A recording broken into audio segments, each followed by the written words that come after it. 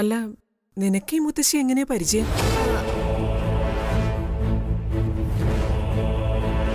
അത് ഞാനേ മുത്തശ്ശി ഹോസ്പിറ്റലിൽ വെച്ച് കണ്ടായിരുന്നു. എനിക്ക് തലവേദനയാണെന്ന് പറഞ്ഞ് സഞ്ജുട്ടൻ ഡോക്ടറെ കാണാൻ കൊണ്ടുപോയില്ലേ, അന്ന് മുത്തശ്ശി അവിടെ ഉണ്ടായിരുന്നു.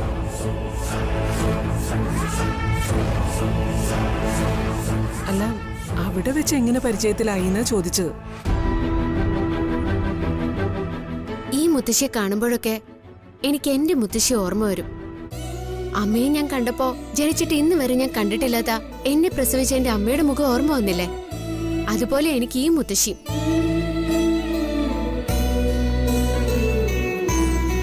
നിന്റെ മുത്തശ്ശി എന്നുള്ള വിളി കേൾക്കുന്നത് തന്നെ എന്റെ പുണ്യ മോളെ.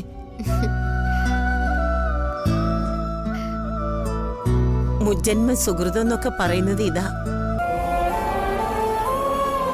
ലച്ചു, വാ, നേരം വൈകി, നമുക്ക് പോവാം. ഞാൻ ഇന്ന് പോട്ടെ മുത്തശ്ശി. ഇനി എന്ന് കാണും മോളെ?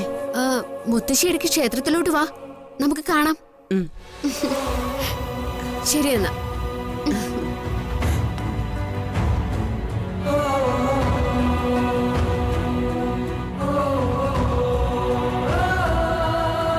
നീ പറഞ്ഞത് സത്യ, അവളെല്ലാം മറന്നു. പക്ഷേ ഞാൻ അവളുടെ മനസ്സിലുണ്ട്. മംഗലശ്ശേരിയിൽ നിന്ന് ഏത് നിമിഷവും അവരവളെ ഒഴിവാക്കി വിടും. എല്ലാം അമ്മയ്ക്കറിയാവുന്ന കാര്യങ്ങളല്ലേ. അവരങ്ങനെ ചെയ്യുവോ? ആ കുടുംബത്തിനു വേണ്ടിയല്ലേ അവൾ ജീവിച്ചത്. അവളെ ഒരു വീട്ടുപണിക്കാരി പെണ്ണായിട്ടേ അവര് കണ്ടിട്ടുള്ളൂ. ഇപ്പൊ അവള് അവരുടെ കണ്ണിലെ കരട. അന്വേഷിച്ചു വരാൻ അവൾക്കൊരു ബന്ധു പോലും ഇല്ല. അതെ, 2 മരുമക്കളെയും ഒന്നിച്ചു കൊണ്ടുപോകാൻ മംഗലശ്ശേരിക്കാർക്ക് കഴിയില്ല. സ്വാതി അവരുടെ കുട്ടിയാ. ലച്ചുവിനെ അവരെ ഒഴിവാക്കും. അതെങ്ങനെയെന്ന് മാത്രമേ ഇനി അറിയാനുള്ളൂ.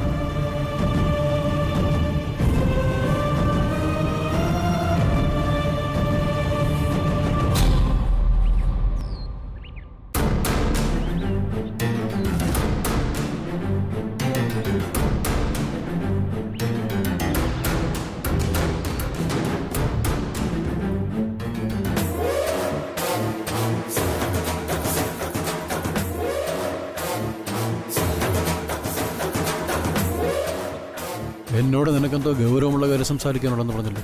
എന്താ എന്താ കവിത, നീ എന്താ ആലോചിക്കുന്നത്? എന്താ? അല്ല, ഞാൻ അറിയാമയ്യാഞ്ഞ് ചോദിക്കാം. അച്ഛൻ ഇതെന്ത് ഭാവിച്ച? മംഗലശ്ശേരി ഗ്രൂപ്പ് ഓഫ് കമ്പനീസ് നശിക്കാനാണോ അച്ഛനും കൂടി ശ്രമിക്കുന്നത്? നീ പറയുന്നത് എന്താണെന്ന് എനിക്ക് മനസ്സിലാകുന്നില്ല. അത്രയ്ക്ക് കഷ്ടപ്പെട്ട അച്ഛൻ ഈ ബിസിനസ് വളർത്തിക്കൊണ്ടുവന്നേ. അതെനിക്ക് നന്നായിട്ടറിയാം. ആ അച്ഛൻ തന്നെ ഇപ്പോ കമ്പനി പൊളിച്ചെടുക്കാൻ സഞ്ജുവിന് ഒത്താശ ചെയ്യാണോ? കമ്പനി നശിപ്പിക്കാൻ ഒത്താശ ചെയ്യുന്നു? അല്ല, നമ്മുടെ കമ്പനിയുടെ ബിസിനസ് ഒക്കെ ഇപ്പൊ താഴോട്ടാ. ക്ലയൻസ് പലർക്കും പരാതിയുണ്ട്. ഇക്കണക്കിന് മുന്നോട്ട് പോയാൽ നശിക്കാതിരിക്കുന്നത് എങ്ങനെയാ? കമ്പനി കാര്യങ്ങളെല്ലാം ഏതാണ്ട് കുഴഞ്ഞ മട്ട. അതെങ്ങനെയാ? കമ്പനി ചുമതല ഏറ്റിരിക്കുന്ന സഞ്ജുവിനിപ്പോ ബിസിനസ് കാര്യങ്ങൾക്കാണോ സമയം? ഒരു കല്യാണം കഴിച്ചു, അത് നല്ല കാര്യം. എന്നാൽ ആ പെണ്ണുമായിട്ട് സ്വസ്ഥമായിട്ട് ജീവിക്കണം. അത് പറ്റില്ലല്ലോ ഇപ്പോ. വേറൊരുത്തി എന്റെ ഭർത്താവാ സഞ്ജുവേട്ടൻ, സഞ്ജുവേട്ടനില്ലെങ്കിൽ ഞാൻ ചാവൂന്നൊക്കെ പറഞ്ഞ് അവൾ അവന്റെ പിന്നാലെ പിടിവിടാതെ നടക്കുമല്ലേ. ഇപ്പൊ വിവാഹം കഴിച്ചു കൊണ്ടുവന്ന ആ സ്വാതിയേക്കാൾ അവനിൽ അവകാശം ആ ലക്ഷ്മിക്ക. അവരുടെ ബെഡ്റൂമിൽ നിന്നാണെങ്കിൽ അവിടുന്ന് ആ ലക്ഷ്മി മാറുന്നില്ല. ഇവിടെ ഓരോരുത്തർ ഇതെല്ലാം കണ്ടിട്ടും ഓർമ്മ പോയതാ, പാവം കുട്ടി, ഉപകാരം ചെയ്തതാ എന്നൊക്കെ പറഞ്ഞ് അവളെ തലേ കയറ്റി വച്ചിരിക്കുകയാണല്ലോ. ദേ, ഞാനൊരു കാര്യം പറയാം. 2 ഭാര്യമാരെയും ഒരേ വീട്ടിൽ താമസിച്ചുകൊണ്ടുള്ള ഈ ഡ്രാമ അവന് നല്ലതായിരിക്കാം, പക്ഷെ നമ്മുടെ കമ്പനിക്ക് അത് ദോഷം ചെയ്യും.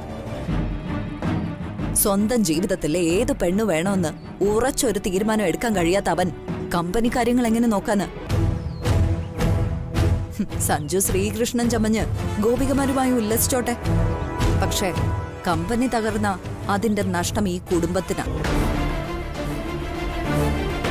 നമ്മുടെ ഈ കമ്പനി നല്ല പ്രോഫിറ്റബിൾ ആയി സ്മൂത്ത് ആയി മുന്നോട്ട് പോകണമെങ്കിൽ MD സ്ഥാനത്ത് നിന്ന് സഞ്ജുവിനെ മാറ്റണം. നമ്മുടെ കുടുംബത്തിന്റെ കാര്യമല്ലേ, എല്ലാവരെയും ബാധിക്കുന്ന കാര്യമാണ്. താല്പര്യം ഉണ്ടായിട്ടൊന്നും അല്ല, എന്നാലും കുടുംബത്തിന് വേണ്ടി ഞാനൊരു ത്യാഗം ചെയ്യാം. കമ്പനിയുടെ MD സ്ഥാനം ഞാൻ ഏറ്റോളാം. പിന്നെ സഞ്ജുവിന്റെ കാര്യത്തിൽ ഒരു തീരുമാനം ഉണ്ടാകണം. ഇപ്പൊ തന്നെ ഈ 2 പെൺകുട്ടികളെ താമസിപ്പിച്ചിരിക്കുന്ന കാര്യം പുറത്തൊക്കെ ചർച്ചയായിട്ടുണ്ട്. നാണക്കേട് കുടുംബത്തിന്. അതിലും അച്ഛനും അമ്മയും ഇടപെട്ടൊരു തീരുമാനം ഉണ്ടാക്കണം.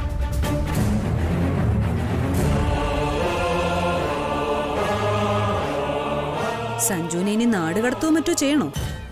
എന്നാ പറ, അതിനും ഇപ്പോ ഒരു തീരുമാനം മുത്തശ്ശി ഉണ്ടാക്കും. ഞാൻ പറഞ്ഞത് ഈ കുടുംബത്തിലെ കാര്യമോ. വന്നു കയറിയവരൊന്നും അതിൽ അഭിപ്രായം പറയണമെന്നില്ല. അതെന്ത് വർത്തമാന കവിത നീ പറയുന്നത്? ശ്രീകുട്ടി ഈ കുടുംബത്തിലുള്ളത് തന്നെയാ. അപ്പോ ആ ലക്ഷ്മിയോ? അവളെ ഞാൻ എവിടെ നിർത്തിയിരിക്കുന്നത്? ഒരു കാര്യത്തിലും എനിക്ക് ഒരു പ്രശ്നവുമില്ല. അമ്മ ഇനിയും എന്നോടൊപ്പം തന്നെ ഉണ്ടാവും. അപ്പോ എല്ലാം നീ അറിഞ്ഞോണ്ടല്ലേ? മുത്തശ്ശൻ നിൽക്കുന്നോണ്ട് ഞാനൊന്നും പറയുന്നില്ല. പാവ അമ്മു, അവളുടെ മാനസികാവസ്ഥ മനസ്സിലാക്കാൻ പോലും നിങ്ങൾക്കൊന്നും കഴിയുന്നില്ലല്ലോ. കമ്പനിയുടെ MD സ്ഥാനം പിടിച്ചെടുക്കാൻ വേണ്ടി കണ്ടുപിടിച്ച വഴി കൊള്ളാം. പിടിച്ചെടുക്കാനോ? ഞാനോ? അതെ, കമ്പനിയുടെ ഇപ്പോഴത്തെ അവസ്ഥ കണ്ട് രക്ഷപ്പെടുത്താൻ വേണ്ടിയാ. മതി, എല്ലാം എനിക്ക് മനസ്സിലായി. അച്ഛനൊരു വാക്ക് പറഞ്ഞാ മതി, നാളെ തന്നെ MD ആയി ഞാൻ ജോയിൻ ചെയ്യാം. ഞാനൊരു MD നിയമിച്ചിട്ടുണ്ട്. തൽക്കാലം പുതിയ MD നിയമിക്കുന്നില്ല. സഞ്ജുവിന് എനിക്ക് പൂർണ്ണ വിശ്വാസമുണ്ട്. ആ രേഷണി കൂട്ടിയാലും ആ വിശ്വാസം തകരില്ല. പിന്നെ ശ്രീകൃഷ്ണന്റെയും ഗോപികമാരുടെയും കാര്യം നീ പറഞ്ഞല്ലോ. അങ്ങനെ ഒരു വർത്തമാനം പുറത്തറിഞ്ഞിട്ടുണ്ടെങ്കിൽ ആ പച്ചക്കള്ളം പറഞ്ഞു വരുത്തിയത് മറ്റാരുമല്ല, എന്റെ മോള് കവിത തന്നെ. തൽക്കാലം ലച്ചു ഇവിടെ തന്നെ ഉണ്ടാവും. ഇനി അങ്ങനെ ആർക്കെങ്കിലും പുതിയ കഥ മെനയാനുണ്ടെങ്കിൽ അത് വായിക്കോളൂ. അപ്പോൾ ഇനി എൻ്റെ മോൾക്ക് പുതുതായിട്ടൊന്നും പറയാനില്ലല്ലോ.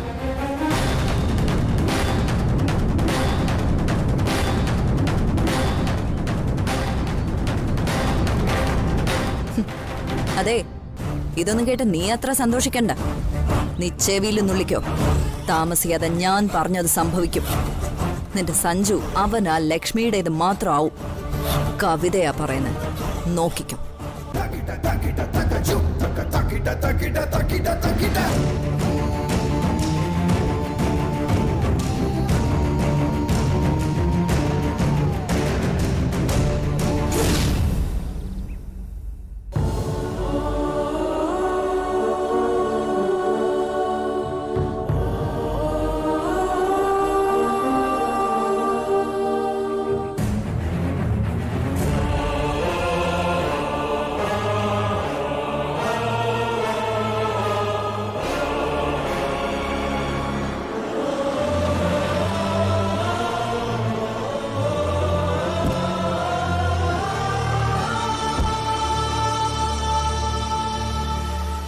സോറി സഞ്ജു, ഞാൻ അല്പം ലേറ്റായി.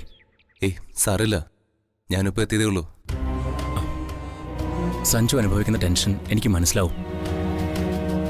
ഞാൻ എന്ത് ചെയ്യും ഗോവിന്ദ്? ഇതുപോലൊരു സിറ്റുവേഷൻ ജീവിതത്തിൽ ഉണ്ടാവുമെന്ന് കരുതിയതല്ല. എനിക്കും സ്വാതിക്കും വേണ്ടി മാത്രം ജീവിച്ചവൾ ഒരു ദിവസം ഞങ്ങളുടെ വഴിമുടക്കുമെന്ന് കരുതിയതാണോ? ലച്ചു തികച്ചും നിരപരാധിയാണെന്ന് സഞ്ജുവിനറിയാം. അറിഞ്ഞുകൊണ്ടൊരിക്കലും നിങ്ങളുടെ ജീവിതം തകർക്കാൻ അവൾ വരില്ല. ഒരിക്കലുമില്ല. എനിക്കോ സ്വാതിക്കോ അവളുടെ ഇപ്പോഴത്തെ അവസ്ഥയിൽ ദേഷ്യമോ വിദ്വേഷമോ തോന്നിയാൽ ഞങ്ങളാവും ഭൂമിയിൽ ഏറ്റവും നന്ദി കെട്ടവർ. ഞാൻ ലക്ഷ്മിക്കും അവൾ എനിക്കും ആരായിരുന്നെന്ന് അവൾക്ക് നന്നായിട്ടറിയാം. എത്രയോ നാൾ താലി കെട്ടിയ പുരുഷനുള്ള വീട്ടിൽ അവൾ ജീവിച്ചു. ഒരു നോട്ടം കൊണ്ട് പോലും ഞാൻ അവളുടെ ഭർത്താവാണെന്നുള്ള തോന്നൽ അവൾക്കുണ്ടായിട്ടില്ല. എന്റെയും സ്വാതിയുടെയും വിവാഹത്തിൽ കവിഞ്ഞൊന്നും അവൾക്കുണ്ടായിരുന്നില്ല.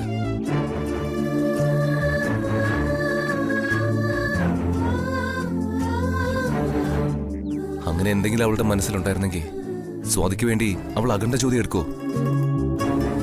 അവൾ ഈ കാട്ടിക്കൂട്ടുന്നതൊക്കെ കാണുമ്പോ സത്യത്തിൽ വേദന എനിക്ക് അവളോട് തോന്നുന്നത്.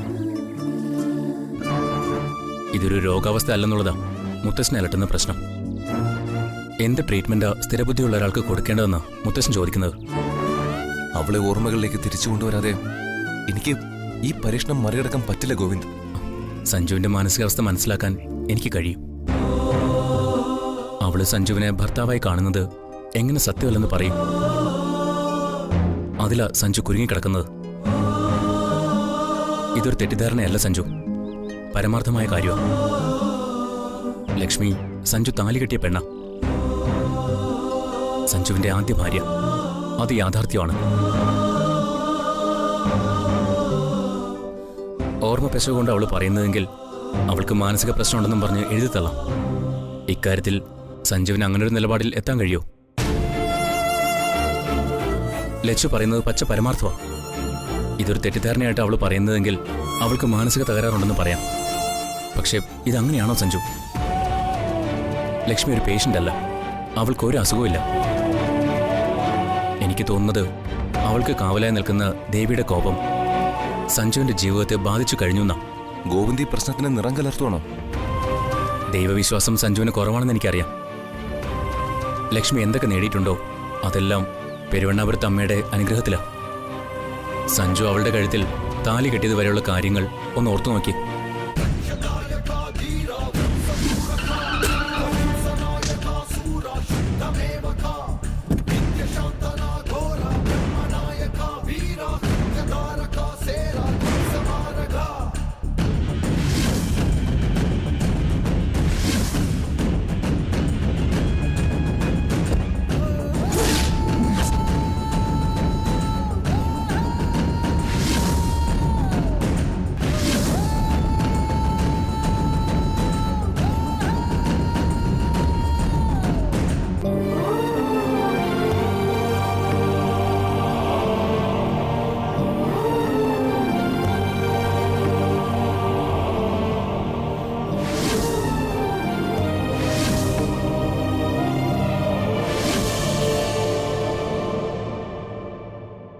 മറ്റൊരു പെണ്ണിനെ സ്നേഹിക്കുമ്പോൾ ഒരാൾക്കും രക്ഷിക്കാനാണെങ്കിൽ കൂടി അങ്ങനൊരു സാഹസം ചെയ്യാനാവില്ല. ലക്ഷ്മി ജീവിച്ചിരിക്കണം. അതിന് ദേവി കണ്ട വഴി സഞ്ജുവാ. എന്തിനാ സമയം സഞ്ജു കിലോമീറ്ററുകൾ താണ്ടി ആ ക്ഷേത്രത്തിലെത്തി? മതി ഗോവിന്ദ്, ഞാൻ എല്ലാവരുടെയും മുന്നിൽ വെച്ച് താലി കെട്ടിയ പെണ്ണ് വീട്ടിലിരിക്കുക. എനിക്കെന്റെ ഭാര്യയുടെ സ്ഥാനത്ത് ലക്ഷ്മിയെ കാണാനാവില്ല. അവൾക്ക് ഓർമ്മത്തെറ്റ് വരാതിരുന്നെങ്കിൽ അവളും അത് ആഗ്രഹിക്കില്ല. അന്നും ഇന്നും എന്നും എന്റെ പെണ്ണ് സ്വാതിയ. പക്ഷെ എന്നും ലക്ഷ്മിയോട് എനിക്ക് കരുതലും സഹതാപവും ഉണ്ട്. എനിക്കും സ്വാതിക്കും വേണ്ടി അവൾ ചെയ്തുവെന്നും എനിക്ക് മറന്നു കളയാനാവില്ല. ഇന്ന് ഞാൻ ഈ സാഹചര്യത്തെ ഫേസ് ചെയ്യാൻ നിൽക്കുന്നത് പോലും ലക്ഷ്മിയുടെ ഔദാര്യ. അവൾ ഏത് സാഹചര്യത്തിലൂടെ കടന്നു പോയാലും ഞാൻ ലക്ഷ്മിയെ തള്ളിക്കളയില്ല. സഞ്ജുവിന് മാത്രമേ ഇങ്ങനെ പറയാനാവൂ. അതൊരു വലിയ മനസ്സ് തന്നെയാണ്. ആരുമില്ലാത്ത ഒരു പെണ്ണാവള്. ഇറക്കി വിട്ടാ പോകാനൊരിടവില്ല. അവളെ ആരും ഇറക്കി വിടില്ല ഗോവിന്ദ്. തിരുമേനോടൊന്ന് സംസാരിക്കുക. അവളെ തിരിച്ചു കൊണ്ടുവരാൻ ഈ ഭൂമിയിൽ ആർക്കെങ്കിലും കഴിയുമെങ്കിൽ അത് തിരുമേനിക്ക് മാത്രമോ?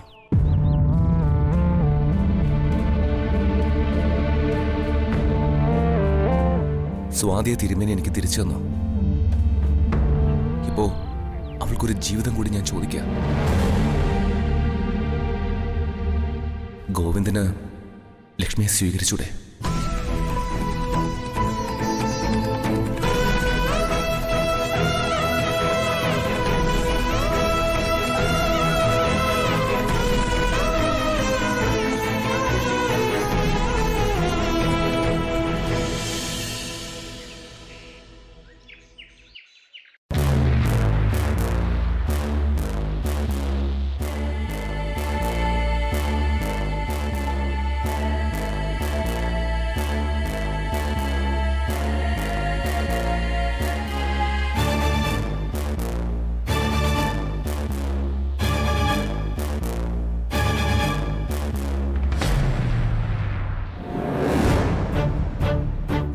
മമ്മി, ഉം. ഒരിക്കൽ മമ്മി എന്നോട് ഇവിടുന്ന് പൊയ്ക്കോളാൻ പറഞ്ഞിരുന്നു.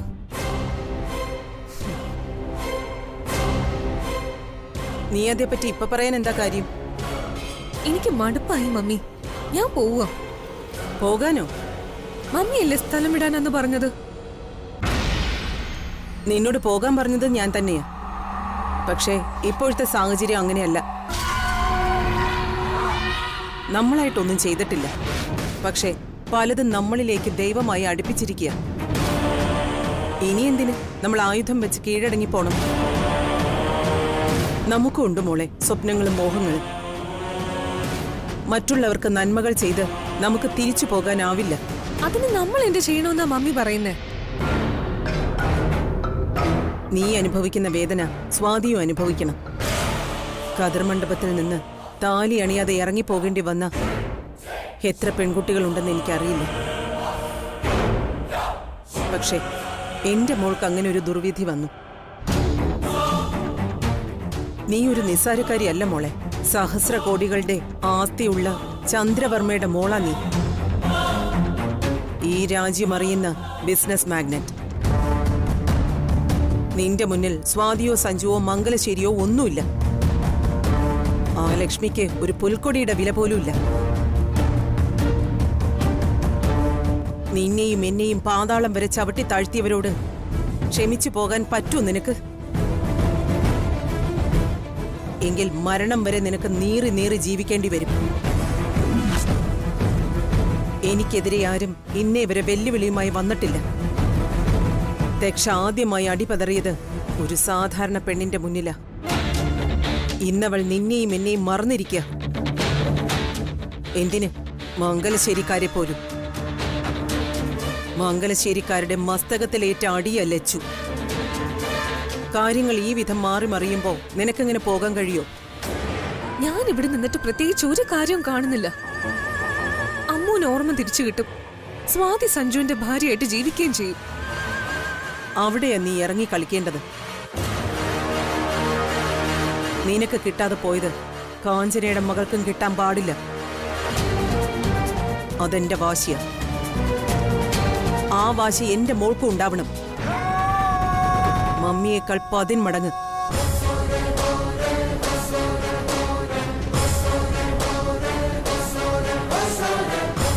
ദേ, തനിക്ക് കിട്ടാത്തത് പ്രതിയോഗിക്ക് കിട്ടരുതേ എന്ന വാശിയാ നീ ഇപ്പൊ കാണിക്കേണ്ടത്. പന്ത് നമ്മുടെ കോർട്ടിൽ വന്നു കിടക്കുക. ഗോൾ വഴിതിരിച്ചു വിടാൻ പോലും എതിരാളിയില്ല. ശത്രുക്കൾ നിഷ്പ്രഭരായി ഇരുട്ടിൽ തപ്പുന്നു. ഗോൾ പോസ്റ്റിലേക്ക് മെല്ലെ ഒന്ന് തട്ടുകയേ വേണ്ടു. എപ്പോ എന്ന് മാത്രം നമ്മൾ തീരുമാനിച്ചാൽ മതി. സഞ്ജു താലി കെട്ടിയ പെണ്ണാണ് ലക്ഷ്മി എന്ന സത്യം സ്വാതിക്ക് ഇപ്പോഴും അറിയില്ല. സത്യത്തിൽ അവൾ അണിഞ്ഞിരിക്കുന്നത് കോമാളി വേഷ. നീയായി അതൊന്ന് പൊട്ടിച്ചാൽ മംഗലശ്ശേരിയിൽ ഒരു ഭൂകമ്പം തന്നെ ഉണ്ടാവും. സ്വാതിക്ക് മുൻപിൽ സഞ്ജു പിന്നെ ഉണ്ടാവില്ല. മംഗലശ്ശേരി കത്തി വെണ്ണീറാവും.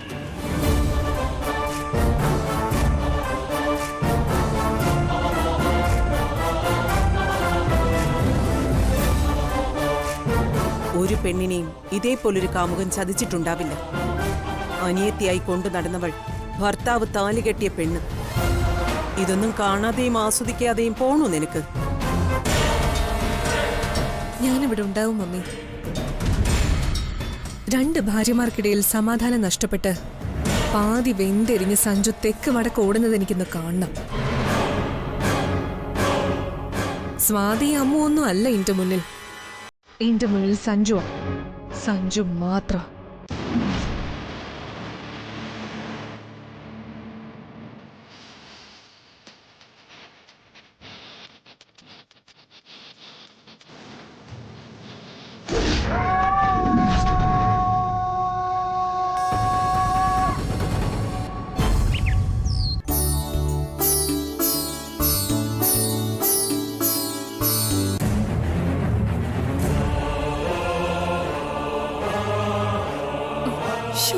എന്ത് പറയേത്? സഞ്ജുവിന് ഞാനവിടെ ജ്യൂസ് റെഡിയാക്കി വെച്ചിരുന്നതാ, എടുക്കാൻ മറന്നല്ലോ.